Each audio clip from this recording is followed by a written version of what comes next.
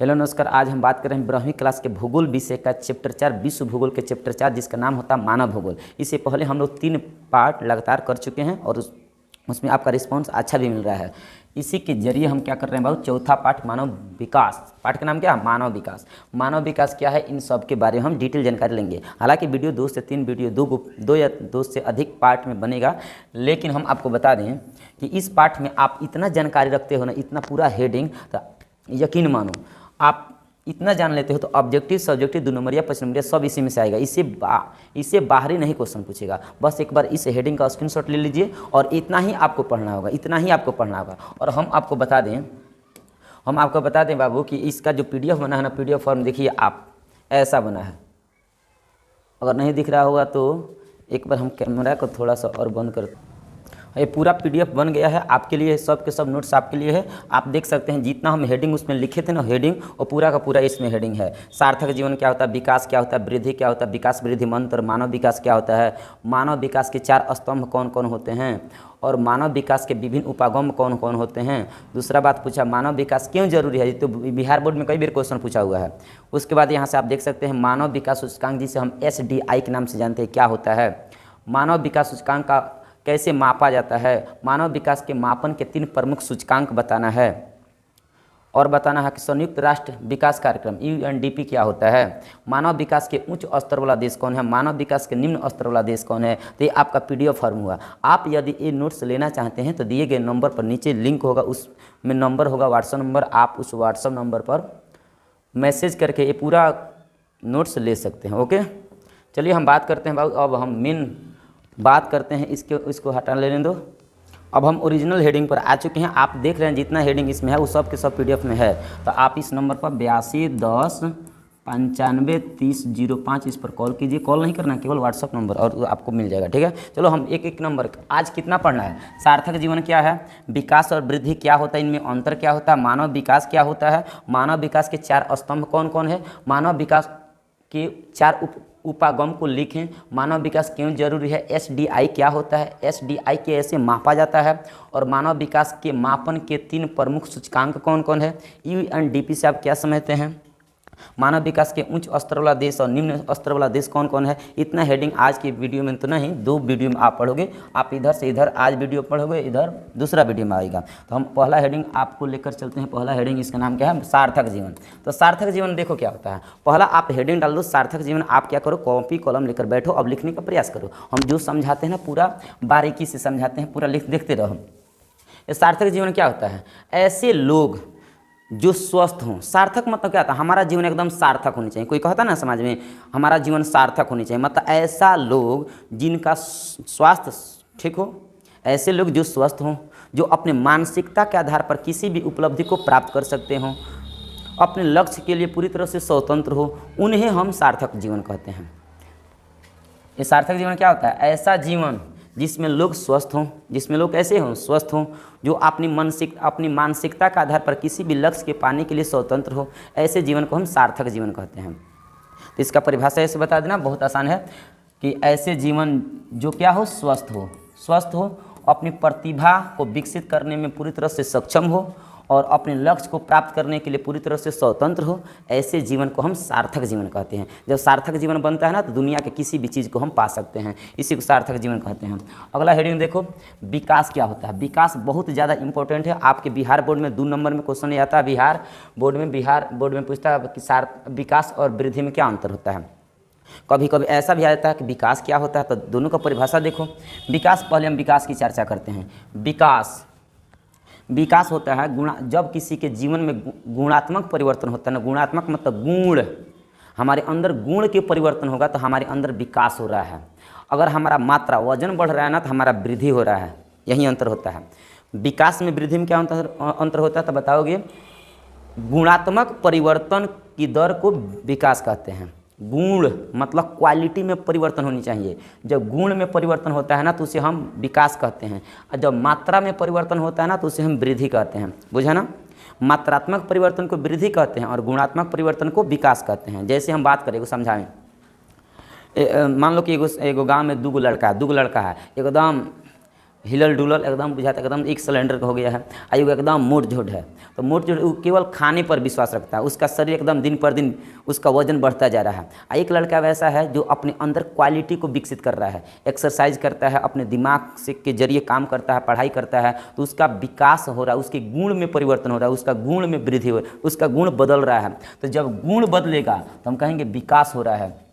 जब मात्रा बदलेगा, मात्रा मतलब वजन, तो उसे हम वृद्धि कहते हैं।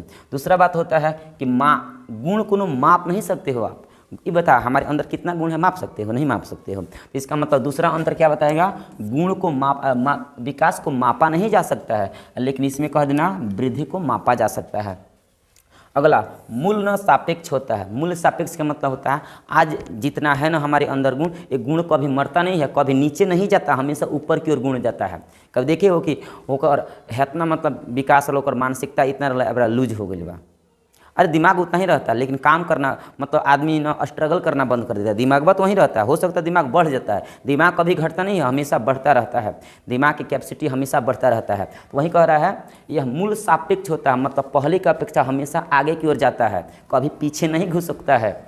और ये देखो ये मूल निरपेक्ष होता है। निरपेक्ष का मतलब कभी भी इधर उधर जा सकता है। कभी मात्रा आप यदि 50 किलो हो तो हो सकता है कि अगले दिन कहीं 30 किलो हो सकते हो, कहीं 60 किलो हो सकते हो। तो मात्रा में बदलाव होता रहता है। तो ये जब बदलाव होगा ना, मतलब कि आगे पीछे, तो इसी को निरपेक्ष कहते हैं। चौथा अंतर बता देना कि वृद्धि धनात्मक तथा ऋणात्मक दोनों में होती है। मतलब वृद्धि बढ़ भी सकता है, घट भी सकता है। तो धनात्मक और ऋणात्मक दोनों में होता है। और ये बता देना विकास को वर्तमान स्थिति के सुधारने के बाद ही आगे की स्थिति सुधरता है। इसमें चौथा क्या बताओगे? वर्तमान दशा को सुधारने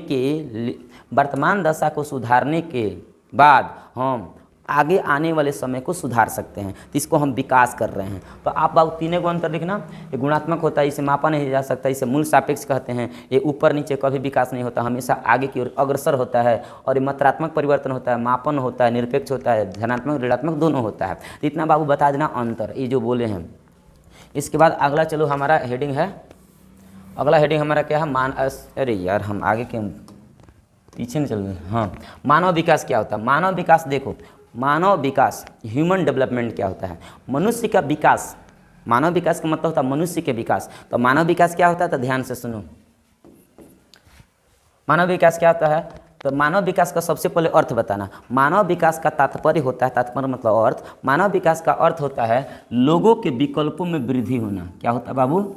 लोगों के विकल्पों में वृद्धि होना। विकल्प का मतलब होता है आज आपके पास पैसा है तो कितना मन कर रहा है कि हऊ खा ले, हऊ खा ले, हई खरीद ले, हऊ खरीद ले, सब कुछ खरीदने के लिए बेचैन हो जाते हो। और वहीं जब पैसा खत्म हो जाता है तो शांत कहीं कोना में बैठ जाते हो। तो पैसा रहता है ना तो विकल्प आदमी का बढ़ जाता है। उसी को कह रहा है मानव विकास का शाब्दिक अर्थ होता है लोगों के जीवन के विकल्पों में वृद्धि करना, लोगों के जीवन में विकल्पों की वृद्धि करना और उनके जीवन में आर्थिक सुधार लाना, ये मानव विकास होता है। मानव विकास का अर्थ क्या होता है कि मनुष्य के जीवन के विकल्प में, मतलब विकल्प मतलब चुनाव, हई खरीदी सब खरीदी, तो ये सब विकल्प होता है, मतलब ऑप्शन है। मन करे आईफोन लेनी, आज मन करे कि विवो या फिर कुछ मतलब इधर उधर अनसंट मर्सडी गाड़ी, कोई को गाड़ी होती है, सब मतलब पैसा रहता है ना तो हमेशा मन चंचल होता है, हमेशा खरीदने के लिए ये बेचैन रहता है, वो बेचैन रहता है। इसी को कहते हैं विकल्प में वृद्धि। तो मनुष्य के जीवन में विकल्पों में वृद्धि होना और उनके जीवन में सुधार लाना मानव विकास कहलाता है। मानव विकास क्या होता है? तो पहले अर्थ बताने देना, तो परिभाषा बताना। अर्थ बताओगे मनुष्य के, मानव विकास का अर्थ होता है मनुष्य के जीवन के विकल्पों में वृद्धि करना तथा उनके जीवन में सुधार लाना। अर्थात ऐसे विकास जो मनुष्य के जीवन में मात्रात्मक तथा गुणात्मक दोनों रूप में सुधार लाता है, तो वैसे विकास को हम मानव विकास कहते हैं। मानव विकास बुझा? मानव विकास का अर्थ क्या हुआ? उनके जीवन में सुधार लाना और उनके विकल्प में वृद्धि करना। ठीक है, ये जो परिभाषा बोले हैं ना लिख देना। और मानव विकास सबसे पहले कौन दिया था? मानव विकास का जनक किसे माना जाता है? तो याद रखना मानव विकास के जनक ना महबूब उल हक को माना जाता है। क्या बताएगा? महबूब उल हक, याद रखना बाबू, महबूब उल हक।